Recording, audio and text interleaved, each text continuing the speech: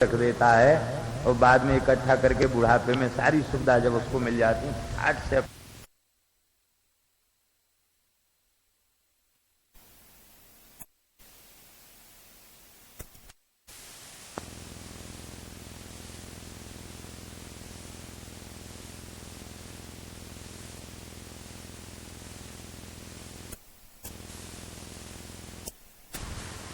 जो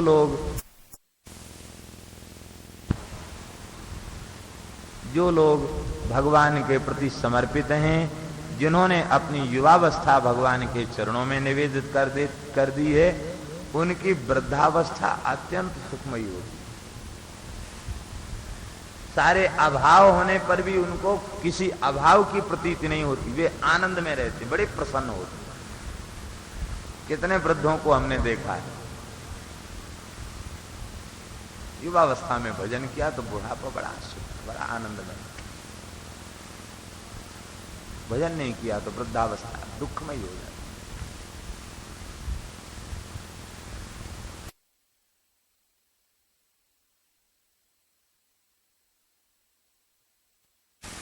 अभी तमाम संत भारतवर्ष में शतायु हैं, 100 वर्ष से ऊपर अवस्था है, लेकिन जीवन में उन्होंने भजन साधन किया है। तो आज भी उनकी वृत्ति, उनकी बुद्धि, कहीं कोई अंतर नहीं, एकदम सब कुछ खराब है।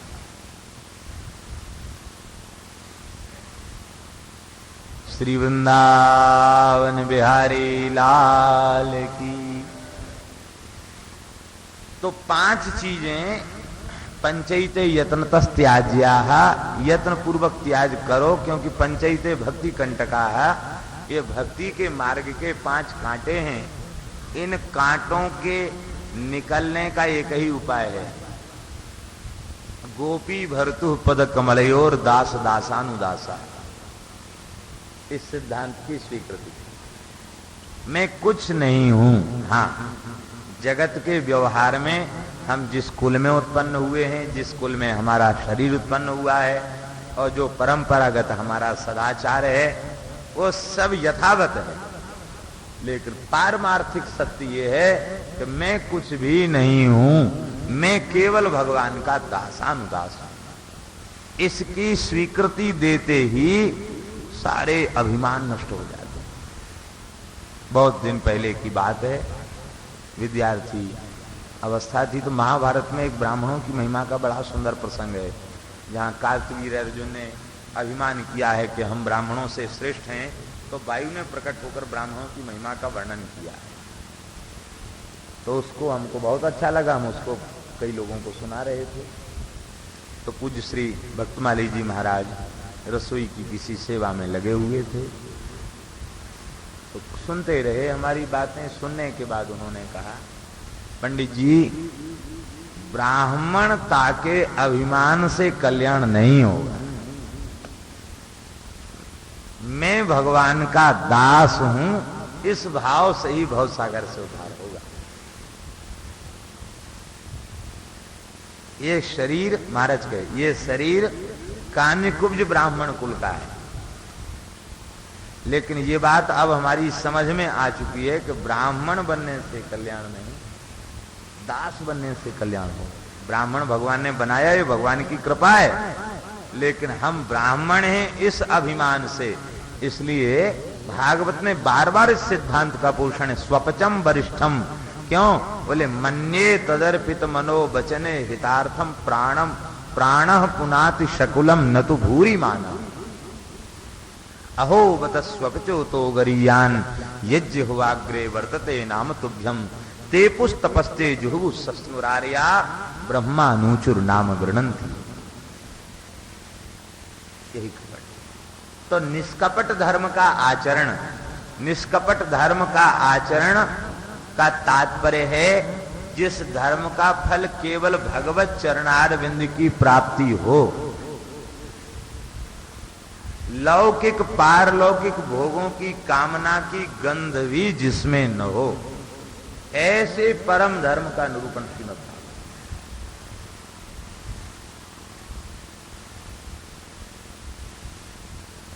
देखिए, निष्काम दोनों हैं, ज्ञानी भी निष्काम है और भक्त भी निष्काम है। लेकिन तनिक भेद है। भेद ये है कि ज्ञानी निष्काम अवश्य है, लेकिन निष्काम होते हुए भी मोक्ष काम है।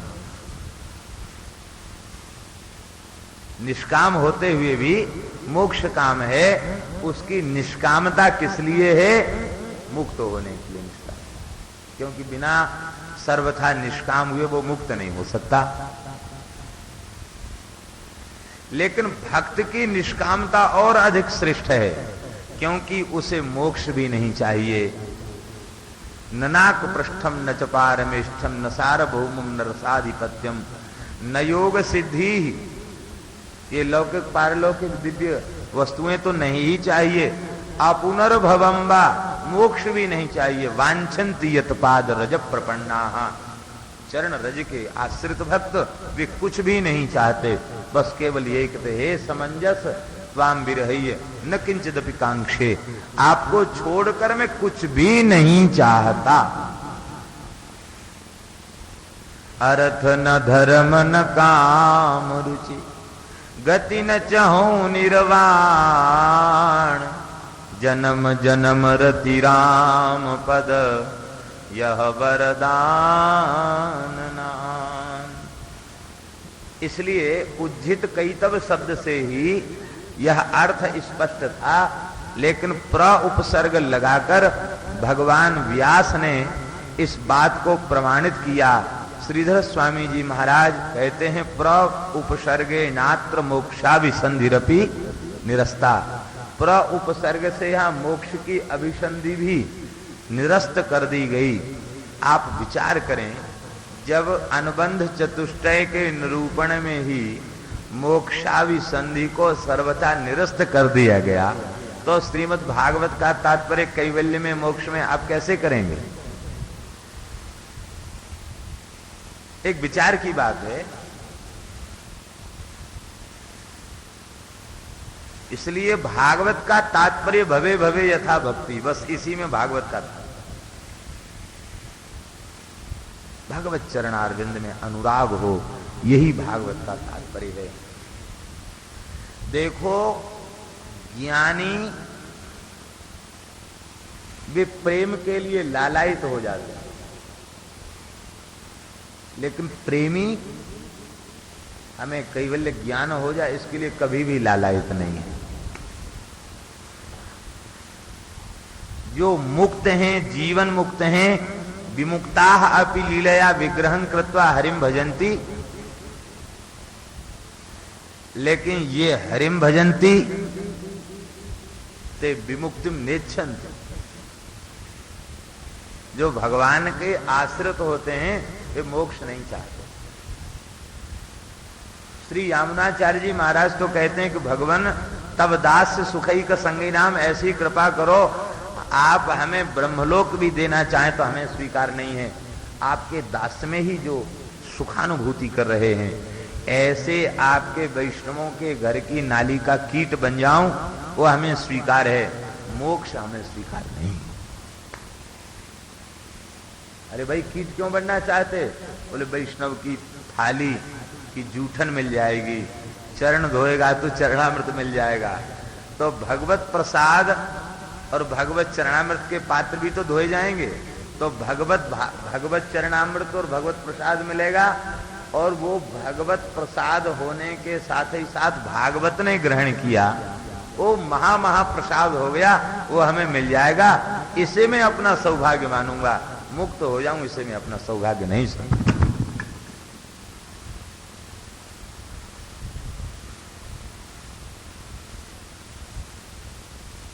इसीलिए हमें लगता, नाभाजी महाराज ने कहा श्रीधर श्री भागवत में परम धर्म निर्णय, ये परम धर्म का निर्णय।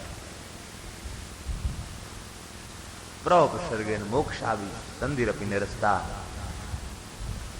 ऐसा परम दिव्य ग्रंथ है। मात्सर्य दोष से जो सर्वथा शून्य है, यही इसके श्रवण के अधिकारी हैं। वेद्य वस्तु का निरूपण हुआ है, त्रिविध ताप का वह उन्मूलन करने वाली है। श्रीमद् भागवत का आश्रय लेने मात्र से अंतःकरण में भगवान आकर अवरुद्ध हो जाते हैं।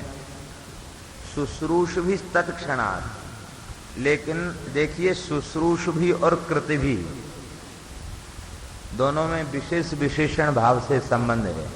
देखिए, कृतिभी शुश्रूषुभि, शुश्रूषुभि कृतिभी।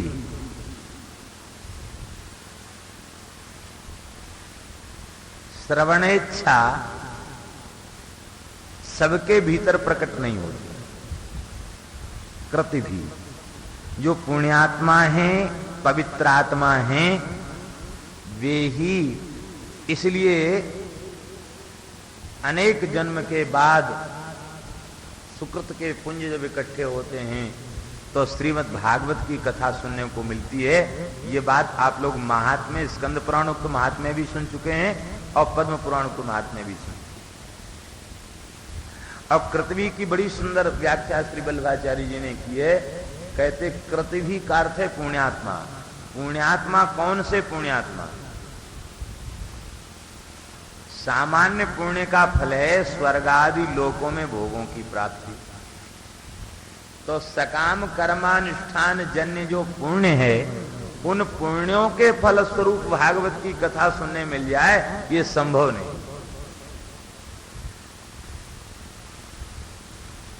ये संभव नहीं। तो कृतवी का अर्थ क्या है? कहते भगवत भागवत परिचर्या जन्य जो पुण्य है, उस पुण्य के फल स्वरूप कथा सुनने को मिलती। कथा सुनने की प्रबल अभिलाषा और कथा में श्रद्धा, वो जब हमने किसी जन्म में किसी संत की, भगवान की सेवा कर दी होगी, तो आज श्रीधाम वृंदावन में पुरुषोत्तम मास के पावन अवसर पर संतों के विद्वान मंडली के मध्य बैठ करके भगवत भागवत चर्चा श्रवण कथन करने का सौभाग्य हमें प्राप्त होगा। भगवान हृदय में आके अवरुद्ध हो जाते हैं, कैद हो जाते हैं। इसका तात्पर्य क्या है? बोले इसका तात्पर्य ये है, देखो व्यक्ति चाहे जितनी सुख सुविधा दे दी जाए और किसी को कैद कर दिया जाए, खूब बढ़िया भीतर सब सुविधा है खाने पीने सोने की, लेकिन वो कारागार में है, अपनी इच्छा से कहीं बाहर जा नहीं सकता, आ नहीं सकता, किसी से मिल नहीं सकता। तो ऐसे कारागार में पड़े हुए व्यक्ति को चाहे जितनी सुख सुविधा आप दे दें, उसके चित्त में कभी प्रसाद नहीं आ सकता, प्रसन्नता नहीं आ सकती। लेकिन भगवान भक्त के हृदय में बंधकर विराजते हैं और दुखी होकर नहीं विराजते, अत्यंत प्रसन्न होकर विराजते हैं। ये विशेषता है। प्रसन्न होकर क्यों विराजते हैं? कहते हैं कि प्रणय रसनया गृहीतांग्री पद्मा, वो प्रेम की रस्सी से भगवान के चरण पकड़ लेता है। वो कोई लोहे या किसी दूसरे बंधन नहीं है, वो प्रेम का बंधन है। देखिए, बंधन न हो, ऐसा बढ़िया कोई अच्छा भवन रहने को मिल जाए और गृहस्थ स्वामी आकर के कहे कि महाराज बस आप इसमें विराजिए और आज से ये घर हमारा नहीं है, ये आपका है, आप ही इसके मालिक हो। हम पहले भी नहीं थे और आगे भी नहीं रहेंगे, आप ही इसके मालिक थे। बस ये था कि आप आए नहीं थे, इसलिए हम इसको झाड़ बुहाड़ करके स्वच्छ करके हमने रखा था। अब आप कृपा करके आ गए हैं, बड़ी खुशी की बात है, आप अपने घर में विराजिए और देखो हम सब आपकी सेवा करेंगे, पूरी सेवा करेंगे। आप भाई तुम सेवा करोगे तो कहोगे तनख्वाह लाओ, तनख्वाह हम कहां से ला के देंगे? तुम्हारा सेवा तो करेंगे लेकिन आपसे लेंगे कुछ भी नहीं। अहरनिश आपकी सेवा करेंगे लेकिन आपसे कुछ नहीं लेंगे। हाँ, आप यदि कथनचित आग्रह पूर्वक कुछ देना ही चाहेंगे तो हम यही मांगेंगे कि बस आप अपनी सेवा का अधिकार दिए रहो। दीयमानम न गृह्णन्ति बिना मत सेवनम जना, बस सेवक बनाए रखो और हमें कुछ नहीं चाहिए। ऐसा कोई मिल जाए भवन रहने को जहां का स्वामी दिन रात सेवा करे, बिल्कुल भी ये भाव न रखे कि हमारा है, हमको ही सौंप दे और फिर कहे महाराज आप तो केवल गद्दा तकिया पर विश्राम करो, समय से बाल भोग, समय से राजभोग, समय से ब्यारू, और आपके हाथ दबाएंगे, चरण दबाएंगे, आपकी सेवा करेंगे। सब प्रकार से सेवा करेंगे। और जब हम प्रसन्न होकर कहेंगे भाई कुछ मांग लो, आज हम बहुत खुश हैं, बस आप मुस्कुराते रहिए, हमें सब कुछ मिल गया। ऐसा घर हमें मिल जाए तो हम भी सब छोड़कर उसी घर में रहने लग जाएंगे। बस यही है प्रीति। प्रेमी अपना सर्वस्व निवेदन भगवान को कर देता। वो कहता महाराज ये सर्वस्व हमारा था ही नहीं, आपका था, अब आप कृपा करके पधारे हैं तो हमने आपको सौंप दिया, और अब आपसे कुछ चाहिए नहीं, हम दिन रात आपकी सेवा करेंगे। बस ऐसे प्रेमी के हृदय को छोड़ के ठाकुर जी कहीं नहीं। ऐसे प्रेमी के अंतःकरण को छोड़ करके ठाकुर जी कभी नहीं जाते। जाको कबहु न चाहिए कछु, तुम सन सहज सने, वसहु निरंतरता सूर, सोराउर निजगे। ये स्थिति कब आती है? ये स्थिति आती है जब भगवान की कथा का श्रवण करता है। भगवत कथा श्रवण करने से इस प्रकार के अंतःकरण की विशुद्धि हो जाती है। और देखो, अंतःकरण की शुद्धि करने का स्वयं उद्यम भी नहीं करना पड़ता, कृष्ण ही, भगवान ही कर्ता बनकर हृदय को शुद्ध कर देते हैं। और विशुद्ध हृदय में जब प्रेम प्रकट हो जाता है तो उस हृदय में बंध करके ठाकुर जी विराजते हैं। यही भगवान का प्रेम का बंधन है। और बंधकर विराजते ही नहीं है, कथनचित प्रेमी भगवान से ये भी कह दे कि अच्छा ऐसा है, थोड़ी देर के लिए घूम फिर आओ, अब हम भी थोड़ी शांति का अनुभव करना चाहते हैं। तो भगवान कहेंगे तुम चाहे शांति का अनुभव करो चाहे शांति का अनुभव करो, हम जहां अड्डा जमाते हैं फिर वहां से उठने का नाम नहीं लेते। बोलो वृंदावन विहारी। हस्तमुत क्षिप्यातोसी बलात् कृष्ण किमद्भुतम, हृदयाद् यदि निर्यासी पौरुषम गणयामि। हृदय से निकल के दिखाओ तो तुम्हारा पौरुष समझे। ऐसा प्रेमी का हृदय, ऐसा प्रेम पूर्ण अंतःकरण भागवत के आश्रय से प्राप्त होता है। यही इसका तात्पर्य है कि श्रीमद् भागवत श्रवण से प्रेम की उपलब्धि होती है और हृदय में आकर भगवान निरुद्ध हो जाते हैं, बंदी बन जाते हैं। निगम कल्प तरोर गलितम फलम, शुक मुखादमृत द्रव संयुतम, पिबत भागवतम रसमालयम, मुहुरहो रसिका भुवि भावुका। निगम कल्प तरोर गलितम फलम, वेद रूपी कल्प वृक्ष का श्रीमद् भागवत परिपक्व फल है। शुकदेव जी के मुखारविंद का संस्पर्श होने से इसका माधुर्य अतिशय बढ़ चुका है।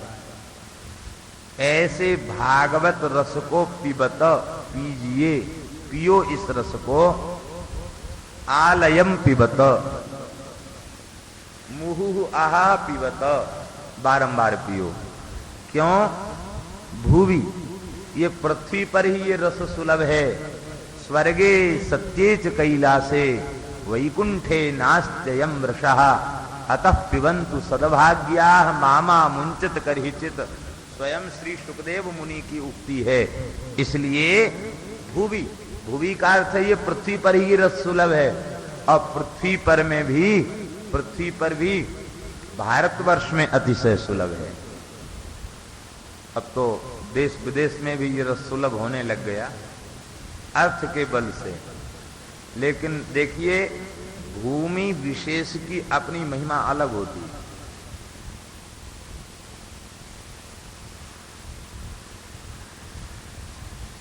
कहीं किसी शहर में कथा होती है तो स्वयं को उस प्रकार का रस नहीं आता। दिन पूरे करते हैं, कैसे दिन हो जाएं पूरे, भगे वृंदावन, चले वृंदावन। रसिक वैष्णवों का समूह होता है, तो शरीर की सुध बुध नहीं रह जाती। कहो खूब, कहो खूब। ऋषिकेश में हम समझते 7 घंटे 8 घंटे 9 दिन की कथा थी, 7-8 घंटे तो रोज होती थी। बीच में न कोई कीर्तन भजन तो वैसे भी नहीं गाते, लेकिन बीच में भी नाम कीर्तन भी बीच में नहीं। कुछ चर्चा करते हैं तो उसका रस अलग होता है। ये भूमि विशेष का महात्म्य है। हमने एक पंडित जी से कथा में सुना है कि वनवास के प्रकरण में राम जी कहीं ऐसी जगह पहुंच गए जहां लक्ष्मण जी की बुद्धि भी कुछ विकृत हो गई। भगवान ने कोई काम के लिए कहा तो लक्ष्मण जी बोले कि हम तुम्हारे गुलाम नहीं है जो हम ये काम करें। क्या देते हो हमको जो नौकर बना रखा है? राम जी चुप हो गए, सोचने लगे कि जरूर इस भूमि का दोष है। नहीं, लक्ष्मण जी में ऐसी बात आ गई, ठीक नहीं, जल्दी चलो आगे से। आगे चले तो हनुमान लक्ष्मण जी फिर हाथ जोड़ करके सेवा में उपस्थित हो गए। बोले रे वो जगह का दोष था। रजोगुण तमोगुण भोग के संस्कार जहां प्रधान हैं, ऐसे भारतवर्ष के अतिरिक्त जो समुद्र के पार के देश हैं उनमें ये रस सुलभ नहीं है। भले ही इस रस की चर्चा की जाए, लेकिन मेरे विचार से वहां ये रस सुलभ नहीं है।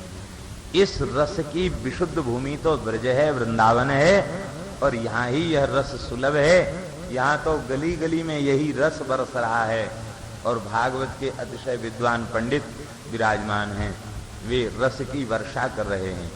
ऐसे महापुरुष जिनका भागवतमय जीवन है, प्रातः काल से लेके और शयन पर्यंत केवल भागवत जी की चर्चा।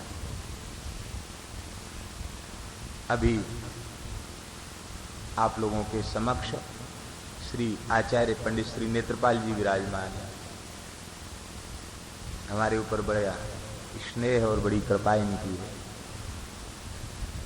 भागवत के अच्छे विद्वान, और प्रातः काल से लेके सूर्यास्त तक हम समझते हैं कि भागवत जी ने ऐसी कृपा कर ली है, ऐसा कंठग्रह कर लिया है इनका कि ये छोड़ना चाहे तो भी नहीं छोड़ सकते। ये भगवान की अतिशय कृपा है, अतिशय कृपा। भागवत की चर्चा है तो यह रस धरती पर सुलभ है, धरती में भी, भारत में सुलभ है, भारत में भी ब्रजभूमि में सुलभ है, वृंदावन में अति सुलभ यह रस है। इसलिए हे भावुको, हे रसिको, मुहुः आह पिबत, बार बार इस रस को पियो। पहले इसको रस कहा, फिर फल कहा। इन बातों को आप लोग कतिपय बार श्रवण कर चुके हैं। मूल में सारांश ये है कि रस कहने में उसमें दोष आ जाएगा, वह रस अपेय हो जाएगा, क्योंकि रस द्रवीभूत होता है। क्षरण होकर भूमि के संपर्क में आने पर वह अपेयत्व का दोष उसमें आ जाएगा। और फल, पका हुआ फल, वो टूट कर नीचे आएगा तो वो भी रस रूप फल है, वो भी बह जाएगा, ये दोष उसमें आ जाएगा। इसलिए ये फल कैसा है? कहते कि ये गुरु शिष्य परंपरा से प्राप्त फल। वेद रूपी कल्प वृक्ष की डाली से टूटकर नीचे आ गया, वो ऐसी बात नहीं है। सबसे ऊपर की डाली है वेद रूपी कल्प वृक्ष की नारायण, नारायण रूप डाली से अब भागवत फल आया। दूसरी डाली ब्रह्मा जी पर, फिर तीसरी डाली व्यास जी, और चौथी डाली ब्रह्मा जी के बाद नारद जी, नारद जी के बाद व्यास जी, और व्यास जी व्यास रूपी डाली पर ही शुक बैठे थे, सुखदेव। शुक मुखादवृत द्रव संयुतम व्यासेन एतत् फलम सुखमुखे निविष्टम। सुखदेव जी का मुखारविंद में पधरा दिया, तो सुखदेव के मुखारविंद का स्पर्श होने से इसकी मधुरिमा और बढ़ गई। श्री प्रियादास जी महाराज ने लिखा है, भगवान की कथा, भक्त की कथा रसमयी होती है, मधुराति मधुर होती है, इसमें कोई संशय नहीं, क्योंकि मधुराधिपतेः अखिलम मधुरम, सब कुछ मधुर ही मधुर है। इसलिए कथा भी लीला मधुरा, सब कुछ मधुर है। लेकिन जब वह कथा किसी रसिक के द्वारा होती है तो प्रियादासी लिखते हैं रसिक अनन्य मुख होत विश्व मोहिनी। जब रसिक अनन्य की वाणी से कथा होती तो विश्व मोहिनी बन जाती।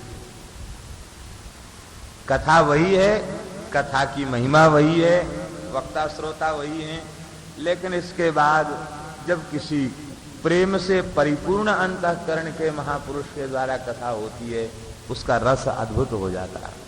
हमारे श्रीधाम वृंदावन के पूज्यपाद पंडित श्री जगन्नाथ प्रसाद भक्तमाली जी महाराज, वे जब भागवत जी की कथा कहते तो उन्हें अपने शरीर की सुध बुध नहीं होती थी कि हम कहाँ बैठे हैं, कौन है, कब से बैठे। जितनी देर कथा कहते उतनी देर कंठ गदगद ही बना रहता, नेत्रों से अविरल अश्रुपात होता है, सदा गदगद कंठ, हृदय भीजा रहता प्रेम से। तो वे बहुत बड़ी पंडिताई वाली बातें नहीं करते थे कथा में, अमुक टीका में ये लिखा है, अमुक ने ये कहा, ये कभी कुछ नहीं बोलते थे, सीधी सीधी कथा कहते। लेकिन उनकी कथा में वृंदावन की महान विभूति हरि बाबा, उड़िया बाबा जैसे संत उनकी कथा में गदगद होकर के सुनते थे। कहते थे वस्तुतः आज भागवत के द्वारा भागवत प्रकट हो रही, भागवत के द्वारा भागवत प्रकट हो रही। और उस रस में वे इतने निमग्न हुआ करते थे कि संसार की बड़ी से बड़ी परिस्थिति भी उनको आंदोलित नहीं कर पाती। बस आने में कथा कह रहे थे, सूचना मिली कि आपके जामाता दिवंगत हो गए हैं। तनिक भी क्रोध अवसाद की रेखा नहीं आई। एक ही कन्या युवावस्था में जामाता चले गए। पंडित जी बोलो वृंदावन बिहारी लाल, ऐसा कह के बोले। बिहारी जी की इच्छा थे सब ठीक ही भयो, ये जो करनो चाहे ना वही होए है। अच्छो भैया 2 बार कीर्तन कर लो। कीर्तन कराने लगे, एक शब्द भी नहीं कहा या अच्छा हुआ बुरा हुआ, बिहारी जी की कृपा, अच्छो भयो, जो भयो ठीक भयो। इनके समस्त विधान मंगल में कह के कथा कहने लगे। थोड़ा भी तो दुख होना चाहिए कि हाय ये घटना कैसे घट गई। जिन्हें जो कुछ करना है संस्कार कर कराए दो, जो हो गया सो हो गया, उसका क्या। जब कथा के रस में प्रवेश होगा तब ये बात संभव है, इसके बिना ये बात संभव नहीं। इसलिए सुख मुखादमृत द्रव संयुतम वक्ता का अतिशय महत्व है। वह वक्ता यदि प्रेम पूर्ण अंतःकरण है तो भले ही उसकी वाणी में पांडित्य न हो, लेकिन प्रेम का ऐसा अद्भुत माधुर्य होगा जो सबके हृदय को आनंदित कर देगा, सबके हृदय को प्रफुल्लित कर देगा। ऐसी श्रीमद् भागवत की महिमा है। आलयम पिबत, लय का अर्थ मोक्ष पर्यंत सुनो, यह अर्थ भी किया गया है।